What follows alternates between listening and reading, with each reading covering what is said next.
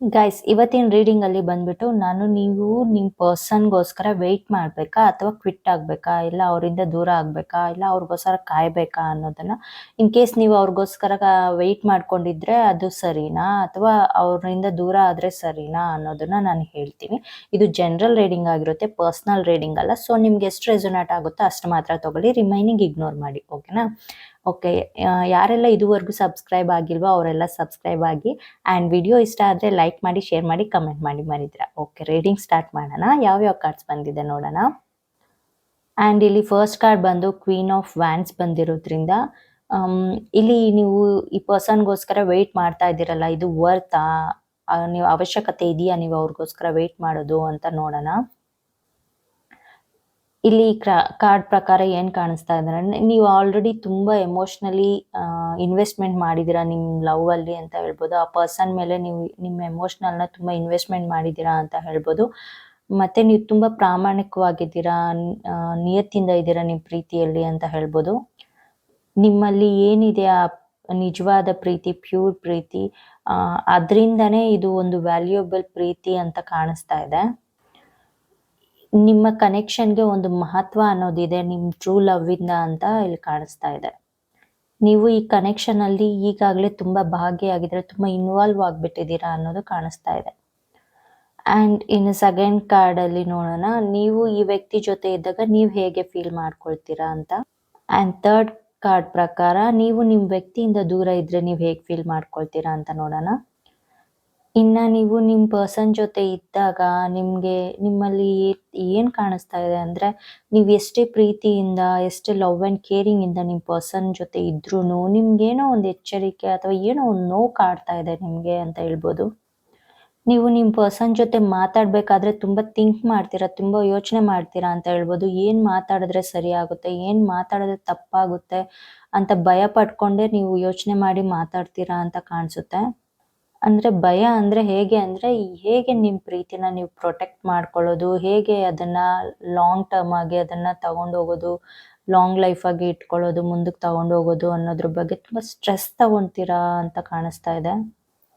ಇನ್ನ ಅವರಿಂದ ನೀವು ದೂರ ಇದ್ದಾಗ ನಿಮ್ಗೆ ಹೇಗ್ ಫೀಲ್ ಆಗ್ತಾ ಇರುತ್ತೆ ಅಂದ್ರೆ, ಒಂಟಿತನ ಕಾಡೋದು, ನೀವು ಅಲೋನ್ ಏನೋ ಅನ್ನೋ ತರ ನೀವು ಫೀಲ್ ಆಗೋದು, ಮತ್ತೆ ಯಾವಾಗ್ಲೂ ದಿನ ಹೇಗಿತ್ತೋ ಹಾಗೆ ನಾರ್ಮಲ್ ಆಗಿದೆ, ಏನು ಚೇಂಜಸ್ ಇಲ್ಲ ಅಂತ ಅನ್ನೋದು, ಮತ್ತೆ ಏನೋ ಕಳ್ಕೊಂಡಿರೋ ತರ ಭಾವನೆ ನಿಮ್ಗೆ ಇರೋದು, ಆ ತರ ಅನ್ಸುತ್ತೆ.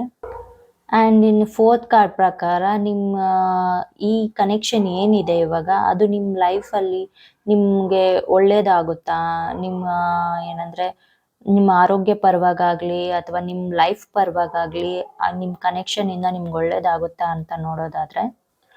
ಆ್ಯಂಡ್ ಇಲ್ಲಿ ಕಾರ್ಡ್ ಏನು ಹೇಳ್ತಾ ಇದೆ ಅಂದರೆ, ನಿಮಗೆ ತಾಳ್ಮೆ ತುಂಬ ಇರಬೇಕು ಅಂತ ಹೇಳ್ತಾ ಇದೆ. ಯಾಕಂದರೆ ಇದು ಒಂದು ಸರಳವಾದ ಕನೆಕ್ಷನ್ ಅಂತ ಕಾಣಿಸ್ತಾ ಇಲ್ಲ, ಒಂದು ಕಾಂಪ್ಲಿಕೇಟೆಡ್ ಆಗಿದೆ ಈ ಕನೆಕ್ಷನ್ ಅಂತ ಕಾಣಿಸ್ತಾ ಇದೆ.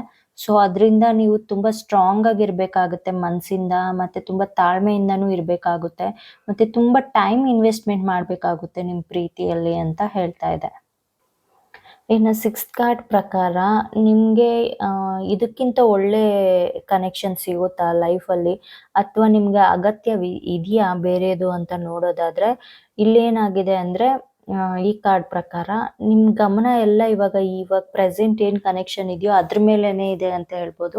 ಅಂದ್ರೆ ತುಂಬಾ ಇನ್ವಾಲ್ವ್ ಆಗಿದ್ದೀರಾ ನೀವು, ಏನೇ ಆಗ್ಲಿ ನಿಮ್ಗೆ ಅದು ಬೇಕೇ ಬೇಕು, ಆ ಕನೆಕ್ಷನ್ ನೀವು ಉಳಿಸ್ಕೊಳ್ಳೇಬೇಕು ಅಂತ ತುಂಬಾ ಪ್ರಯತ್ನ ಪಡ್ತಾ ಇದ್ದೀರಾ, ಅದ್ರ ಬಗ್ಗೆ ತುಂಬಾ ಯೋಚನೆ ಮಾಡ್ತಾ ಇದ್ದೀರಾ ಅನ್ನೋದು ಕಾಣಿಸ್ತಾ ಇದೆ.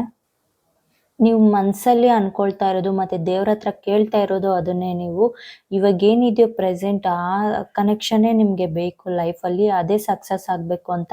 ಇನ್ನು ಅದು ಬಿಟ್ಟು ಬೇರೆ ಯಾವ ಕನೆಕ್ಷನ್ಸು ನಿಮ್ಗೆ ಬಂದು ಡಿಸ್ಟರ್ಬ್ ಮಾಡಬಾರ್ದು, ನಿಮ್ ಲೈಫ್ ಬೇರೆ ಕನೆಕ್ಷನ್ಸೇ ಬರಬಾರ್ದು ಅಂತ ನಿಮ್ ಮನ್ಸಲ್ಲಿ ಗಟ್ಟಿಯಾಗಿ ಕೇಳ್ಕೊಂತಾ ಇದ್ದೀರಾ ಅಂತ ಕಾಣಿಸುತ್ತೆ. ನೀವು ಇವಾಗಿರೋ ಕನೆಕ್ಷನ್ಗೆ ನೀವು ಕೊಟ್ಟಿರೋ ಇಂಪಾರ್ಟೆನ್ಸ್ ತುಂಬಾ ಹೆಚ್ಚಾಗಿ ನನಗೆ ಇಲ್ಲಿ ಬಂದಿರೋ ಕಾರ್ಡ್ಸ್ ಅಲ್ಲಿ ಕಾಣಿಸ್ತಾ ಇದೆ ಅಂತ ಹೇಳ್ಬೋದು. ಸೊ ಖಂಡಿತ ನಿಮ್ಗೆ ಇನ್ನೂ ಒಳ್ಳೆ ಕನೆಕ್ಷನ್ ಸಿಗೋ ಸಾಧ್ಯತೆಗಳು ಇದೆ, ಬಟ್ ನೀವು ಅದನ್ನ ಅವಾಯ್ಡ್ ಮಾಡ್ತಾ ಇದ್ದೀರಾ ಅಂತ ಕಾಣಿಸ್ತಾ ಇದೆ. ಆ್ಯಂಡ್ ಇನ್ ಸೆವೆಂತ್ ಕಾರ್ಡ್ ಪ್ರಕಾರ ನಿಮಗೆ ಈ ಕನೆಕ್ಷನ್ ಅಗತ್ಯ ಇದೆ ಅಂತ ಅನಿಸ್ತಾ ಇದೆ ನನಗೆ. ಯಾಕೆ ಅಂದರೆ, ನೀವು ತುಂಬ ಟೈಮ್ ಇನ್ವೆಸ್ಟ್ಮೆಂಟ್ ಮಾಡಿದ್ದೀರಾ, ನಿಮ್ಮ ಎಮೋಷ್ನಲ್ ಆಗಿ ಕೂಡ ನೀವು ಇನ್ವೆಸ್ಟ್ ಮಾಡಿದ್ದೀರಾ ನಿಮ್ಮ ಪ್ರೀತಿಗೋಸ್ಕರ, ಮತ್ತು ತುಂಬ ವೆಯ್ಟ್ ಮಾಡ್ತಾ ಇದ್ದೀರಾ ತಾಳ್ಮೆಯಿಂದ, ತುಂಬ ಪ್ಯೂರ್ ಆಗಿದ್ದೀರಾ, ನಿಸ್ವಾರ್ಥ ಪ್ರೀತಿಯಿಂದ ಇದ್ದೀರಾ ಅಂತ ಹೇಳ್ಬೋದು. ನೀವು ಮತ್ತೆ ಅವರಿಬ್ರು ಒಂದೇ ಅನ್ನೋ ಫೀಲಿಂಗ್ ನಿಮಗೆ ಮನಸ್ಸಲ್ಲಿ ಆಳವಾಗಿ ನಾಟಿದೆ ಅಂತ ಹೇಳ್ಬೋದು.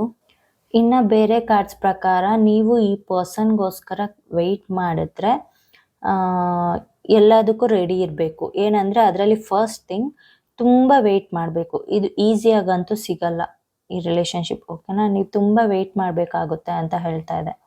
ಅಂದರೆ ಇದು ಒಂದು ದಿನ, ಒಂದು ವಾರ, ಕೆಲವು ತಿಂಗಳುಗಳಲ್ಲೇ ಆಗೋ ಕೆಲಸ ಅಲ್ಲ. ಇಲ್ಲಿ ನಿಮ್ಮ ಪರ್ಸನ್ ತುಂಬ ಟೈಮ್ ತಗೊಳ್ತಾರೆ ಅಂತ ಕಾಣಿಸ್ತಾ ಇದೆ. ತುಂಬ ಕಾಂಪ್ಲಿಕೇಟೆಡ್ ಆಗಿದೆ ನಿಮ್ಮ ಕನೆಕ್ಷನ್ ಅಂತ ಹೇಳ್ತಾ ಇದೆ. ಆ್ಯಂಡ್ ಇನ್ನು ನೀವು ಏನು ವೆಯ್ಟ್ ಮಾಡ್ತೀರಾ ಅವ್ರಿಗೋಸ್ಕರ ಅಲ್ವಾ, ಆ ಡ್ಯೂರೇಷನ್ ಇರುತ್ತಲ್ವಾ, ಆ ಟೈಮು ನಿಮಗೆ ಈಸಿಯಾಗಂತೂ ಇರಲ್ಲ. ನೀವು ದುಃಖ ಪಟ್ಕೊಂಡೇ ವೆಯ್ಟ್ ಮಾಡಬೇಕಾಗುತ್ತೆ. ಒಂದೊಂದು ದಿನ ಒಂದೊಂದು ಥರ ಫೀಲಿಂಗ್ಸಲ್ಲಿ ನೀವು ವೆಯ್ಟ್ ಮಾಡಬೇಕಾಗುತ್ತೆ ಅಂತ ಹೇಳ್ಬೋದು. ಅಂದರೆ ಇಲ್ಲಿ ಕಾರ್ಡ್ಸ್ ನಿಮ್ಮನ್ನು ವೆಯ್ಟ್ ಮಾಡಬೇಡಿ ಅಂತ ಹೇಳ್ತಾ ಇಲ್ಲ. ವೆಯ್ಟ್ ಮಾಡಿದ್ರೆ ನಿಮ್ಗೆ ಖಂಡಿತ ನೀವು ನೀವು ನಿಮಗೆ ಬೇಕಾಗಿರೋ ಕನೆಕ್ಷನ್ ನಿಮಗೆ ಸಿಕ್ಕೇ ಸಿಗುತ್ತೆ. ನಿಮ್ಮ ಪರ್ಸನ್ ನಿಮಗೆ ಸಿಗ್ತಾರೆ ಅಂತ ಹೇಳ್ತಾ ಇದ್ದಾರೆ.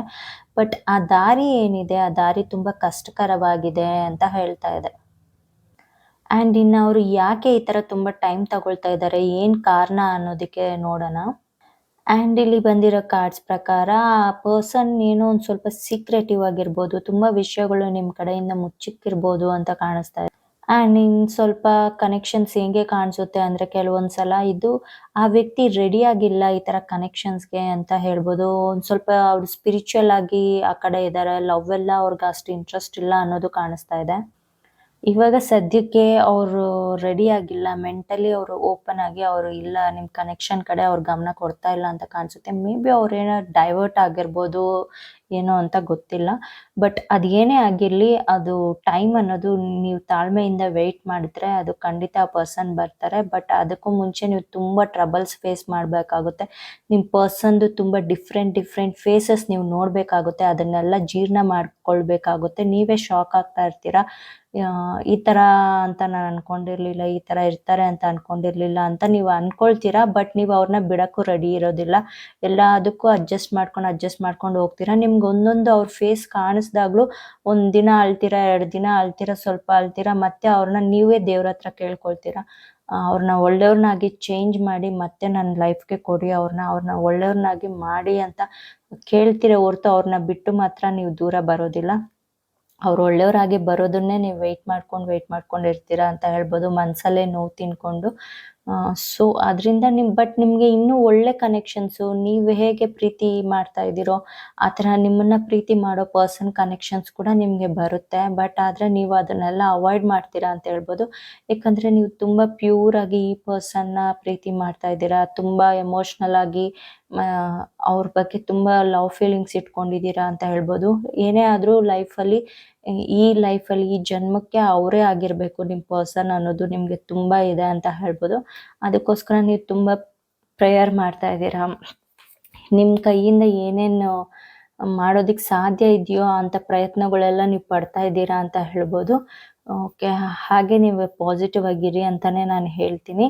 ನಿಮಗೆ ವೆಯ್ಟ್ ಮಾಡಿ ಅಂತ ಹೇಳ್ತೀನಿ. ಇನ್ ಕೇಸ್ ನಿಮಗೆ ಇದು ತುಂಬ ವೆಯ್ಟ್ ಮಾಡಿ ಸಾಕಾಗಿದೆ, ಮತ್ತು ಅವ್ರ ಟ್ರೂ ಫೇಸಸ್ ನೋಡಿ ನಿಮಗೆ ಸಾಕಾಗಿದೆ, ಇನ್ನು ಕ್ವಿಟ್ ಆಗೋಣ ಅಂತ ಅನಿಸಿದ್ರೆ ಖಂಡಿತ ನೀವು ಕ್ವಿಟ್ ಆಗ್ಬೋದು. ನಿಮ್ಗೆ ಇನ್ನೂ ಚೆನ್ನಾಗಿರೋ ಕನೆಕ್ಷನ್ಸ್ ಬರುತ್ತೆ ಅಂತ ಹೇಳ್ತೀನಿ. ಹೋಪ್ ನಿಮಗೆ ಈ ರೀಡಿಂಗ್ ಇಷ್ಟ ಆಗಿದೆ ಅಂದ್ಕೊಂಡಿದ್ದೀನಿ. ಲೈಕ್ ಮಾಡಿ, ಶೇರ್ ಮಾಡಿ, ಸಬ್ಸ್ಕ್ರೈಬ್ ಮಾಡಿ, ಮರಿದರೆ ಕಾಮೆಂಟ್ ಮಾಡಿ. ಆ್ಯಂಡ್ ನಿಮ್ಮ ವ್ಯಾಲ್ಯೂಬಲ್ ಟೈಮ್ ಕೊಟ್ಟಿದ್ದಕ್ಕೆ ತುಂಬ ಥ್ಯಾಂಕ್ಸ್. ಬಾಯ್.